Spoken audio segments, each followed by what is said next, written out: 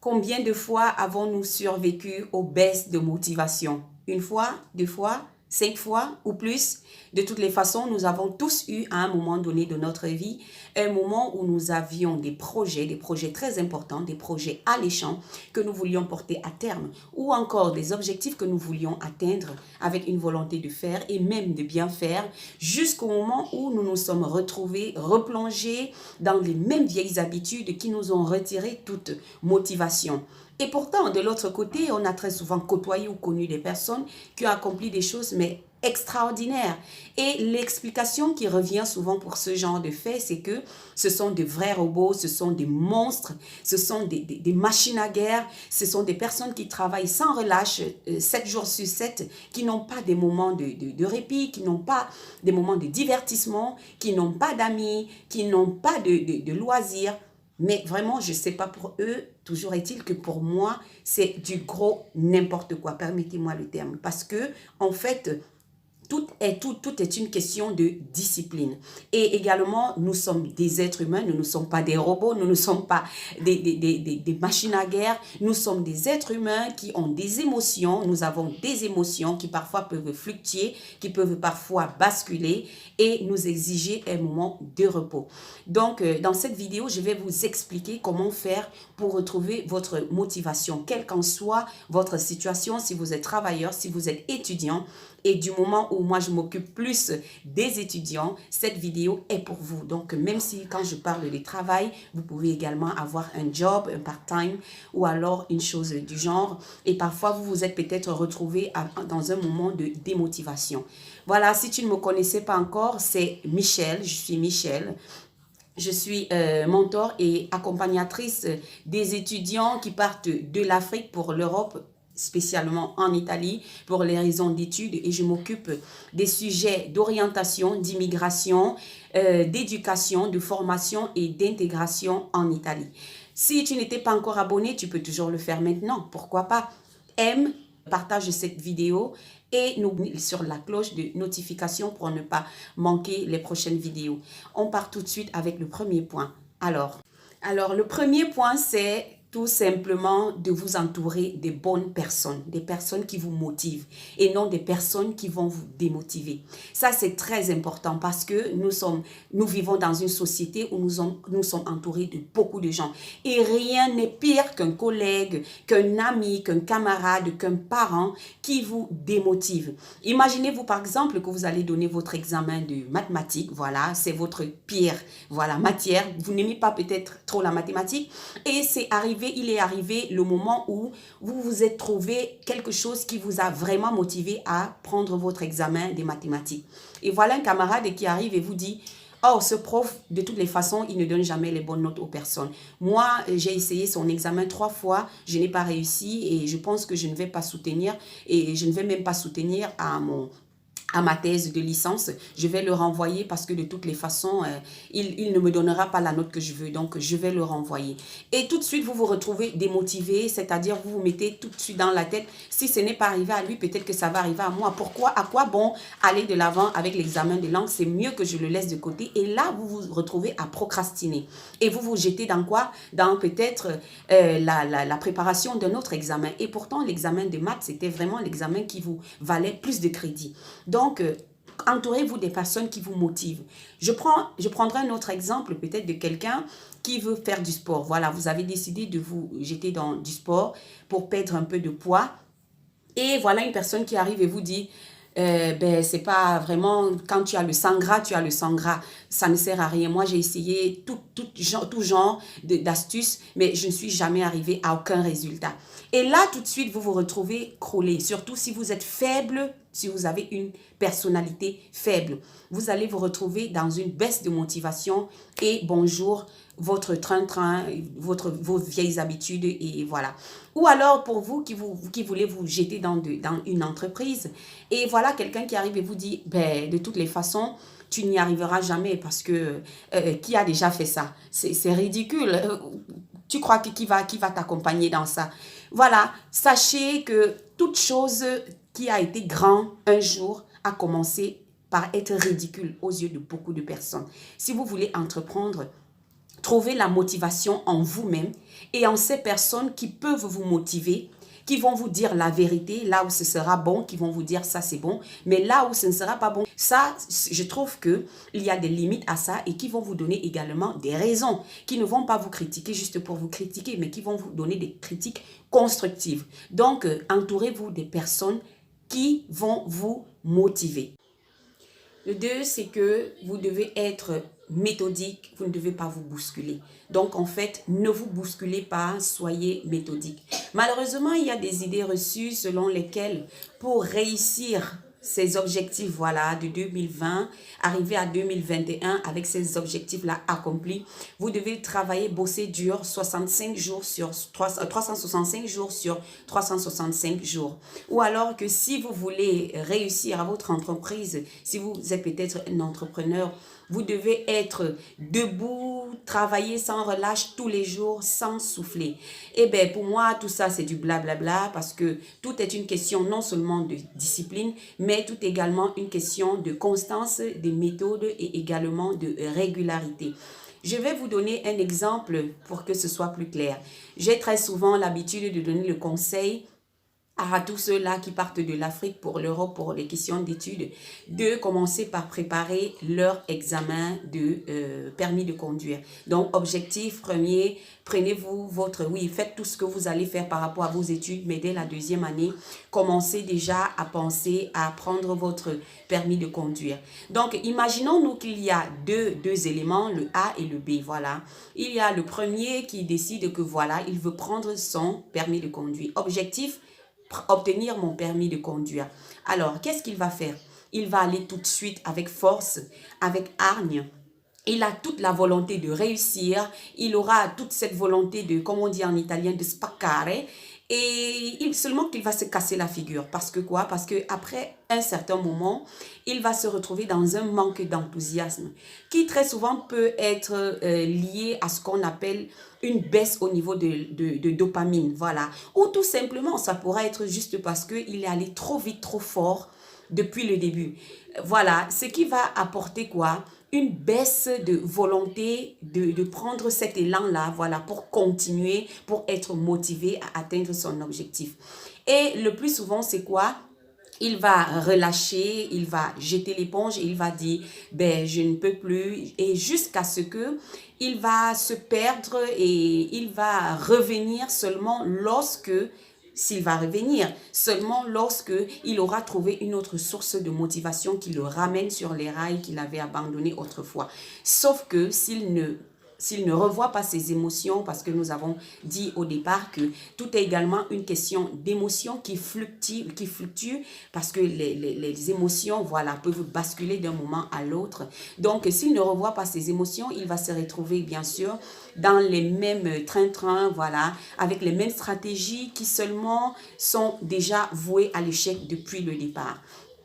Et si nous prenons l'exemple du deuxième élément qui va plutôt décider d'aller tout doucement, l'objectif principal c'est quoi? Atteindre l'objectif de prendre son permis de conduire. Voilà. Et seulement que celui-ci, au lieu tout simplement de penser à l'objectif de lire, il va penser à l'objectif long terme, mais aussi à d'éventuelles contraintes qui pourraient peut-être l'éloigner de sa motivation, qui pourraient l'éloigner de tout cet engouement-là, voilà, qu'il a eu depuis le début. Et qu'est-ce qui va se passer? Au lieu de se prendre par exemple 3 heures de lecture par jour, il va décider de se prendre juste 1 heure. Pourquoi? Parce qu'il a été objectif, il a été cohérent, il a été réaliste. Voilà. Et surtout, s'il a voulu garder cette constance-là, ça va l'amener au résultat. Donc, au lieu de se prendre 3 heures par jour, il va par exemple se prendre 1 heure par jour où il va dire, voilà, je suis étudiant, j'ai d'autres chats à fouetter, j'ai des activités que je gère. Donc, je vais me prendre 1 heure, donc 30 minutes de lecture par jour et 30 minutes d'exercice. La bonne nouvelle dans ce genre de cas de figure, c'est quoi? C'est que sa motivation sera maintenue. Pour quelle raison? Parce que le fait qu'il soit régulier, sa constance sera indépendant des cycles de motivation. Voilà, et ça va amener à toujours pousser loin son objectif parce que il peut parfois arriver des jours où vous êtes fatigué, vous serez fatigué, mais au lieu de jeter l'éponge, vous allez toujours retrouver votre esprit quand même prédisposé à aller de l'avant parce que vous n'avez dédié que 1 heure pour votre objectif. Donc, en conclusion, par rapport à ce point, c'est quoi? C'est que vous ne devez pas garder trop, voilà, vous ne devez pas vous mettre trop à fond depuis le début parce que vous risquez de vous casser la figure. Vous devez plutôt chercher dès le départ à être constant, à être discipliné, à être méthodique parce que votre motivation en dépend. En 3, qu'est-ce qu'on dira? Rendez votre lieu de travail propre. Oui, votre motivation également dépend de la propreté de votre lieu de travail. Il est très important de dégager, non seulement d'ordonner, mais également de rendre propre le lieu qui abrite vos moments d'études. Imaginez-vous, je ne sais pas si ça vous est déjà arrivé, de toutes les façons, à moi, ça m'est arrivé. Voilà, parce que quand on rêve grand, on doit avoir des choses qui nous poussent. Voilà, à vouloir travailler tous les jours plus pour arriver où nous voulons arriver. Il vous est arrivé une fois, je sais pas, peut-être d'être en train de travailler, tellement vous avez des livres classés, vous avez toutes vos fournitures tellement bien classées que tout un moment peut-être où vous voulez vous relâcher, vous avez l'impression de voir Barack Obama ou alors Hillary Clinton ou alors quelques grands de ce monde que vous voulez. Voilà, c'est ça en fait, parce que ça vous motive. Vous avez l'impression que vous êtes arrivé à une autre étape de votre vie. Donc le fait d'être ordonné dans votre endroit de travail, d'études, est un élément très important. C'est un élément nécessaire de votre motivation. Eh bien, un autre conseil pour rester motivé, c'est en fait quoi? C'est de ne rien forcer, de lâcher prise. Donc, ne forcez rien, lâchez prise. Voilà, par moment, même de façon journalière, de façon quotidienne, on peut avoir une très forte motivation, sauf que parfois on peut être rattrapé par des réalités parce qu'en fait, vous savez, notre cerveau est parfois programmé, mais avec une remarquable précision. Ce qui fait qu'on va se perdre un moment, parce que si on prend par exemple le cas d'une personne qui est en train d'étudier, mais qui à 20 heures se retrouve disturbed, ok, qui perd la concentration, voilà, parce que il s'imagine que c'est l'heure de son journal télévisé préféré ou alors d'une émission qu'il adore. Tout de suite, il va perdre la concentration. Mais en fait, qu'est-ce qu'il faut faire en ce moment? Mon conseil, c'est ne soyez pas trop exigeant envers vous. Lâchez prise. Allez devant la télé, regardez ce que vous avez à regarder et retournez. Vous allez vous sentir mieux et vous allez être motivé de continuer parce que vous n'avez pas bloqué votre cerveau. Oui, la procrastination, nous avons tous en tant que travailleurs, par exemple, des tâches que nous détestons accomplir au boulot, ou alors en tant qu'étudiants, nous avons sûrement des matières, mais que nous détestons à un point où, et voilà, ben le problème dans ça, c'est quoi? Le piège, c'est quoi? C'est que nous procrastinons, quand bien même nous savons que nous ne pouvons pas leur échapper. Alors, le conseil ici, c'est quoi? C'est de commencer. Commencez, et en commençant, vous allez vous retrouver bien dans votre peau, vous allez trouver toute la motivation qu'il faut pour aller de l'avant. Ensuite, découpez les tâches en petites parties, c'est-à-dire vous faites telle tâche en ce moment, une autre tâche en ce moment et ainsi de suite. J'ai parlé de ça dans une de mes vidéos où j'expliquais comment bien étudier. C'est très important de pouvoir faire un découpage de tâches. Parce que là, ça vous amène à avoir des objectifs, oui, à long terme, mais également des objectifs à court terme, c'est-à-dire de façon quotidienne. Voilà, célébrer ces réalisations parce que c'est un point que moi-même j'observe, mais pas dessus tout. Sachez apprécier les petites choses parce que si dans la vie, vous n'apprenez pas à apprécier les petites choses que vous offre la nature, les petites choses que vous réalisez, vous ne saurez jamais être heureux pour vous-même et pour les autres. C'est très important d'être motivé, mais être motivé également, ça veut dire savoir parfois s'arrêter, prendre un temps de répit, prendre un temps de repos, penser à autre chose pour pouvoir penser à atteindre un autre objectif dans les meilleures conditions. Voilà. Moi, je le dis pourquoi? Parce que très souvent, il y a justement ces personnes-là qui, à peine avoir fini de faire une chose qu'ils avaient longtemps pensé faire. Ils ont enfin réussi, mais tout de suite, ils courent après une autre. Non, ce n'est pas ça la bonne méthode. Sachez vous arrêter un peu, vous respirez et vous pensez même aux futilités. Voilà, peut-être il vous est même arrivé parfois de vouloir aller faire une chose, d'aller peut-être danser du reggaeton ou alors d'aller à Paris ou d'aller dans le sud de l'Italie, mais vous n'avez jamais fait ça, soit par faute de moyens ou alors par faute de temps matériel. C'est le moment plus que jamais de prendre votre ticket ou alors de réaliser cette chose en vous disant merci à vous-même. Quindi, réalisez des choses, mais surtout pensez à les célébrer avec les autres ou pas. Voilà, si après avoir observé toutes ces astuces et justement toutes les autres recommandations que autour de vous, vous aurez écouté ou bien qu'on vous aurait proposé de faire dans le cas d'un manque de motivation et que toujours vous vous retrouvez démotivé à aller de l'avant avec ce que vous êtes en train d'entreprendre, alors peut-être que vous souffrez tout simplement de ce qu'on appelle le syndrome d'épuisement professionnel par l'ennui. Ce qui, justement, selon le professeur Peter Werder, qui est justement celui qui a relaté cette théorie, vous empêche de travailler efficacement sur un long terme.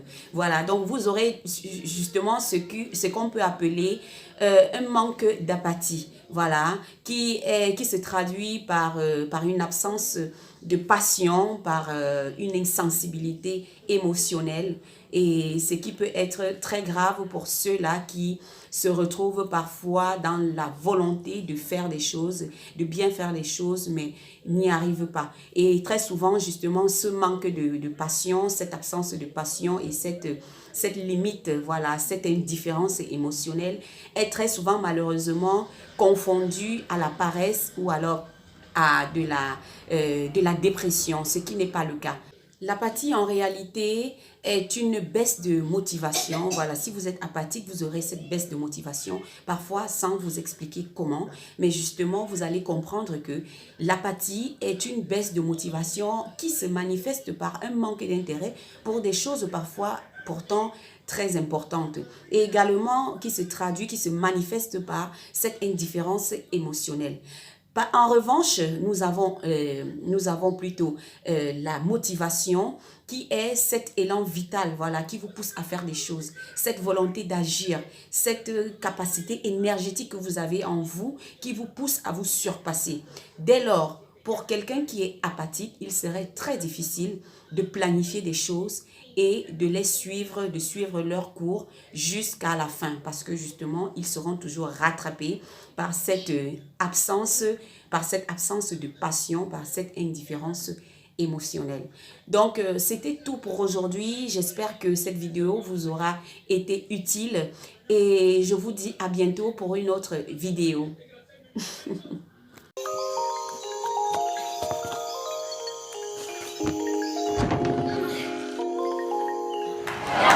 Pour ça.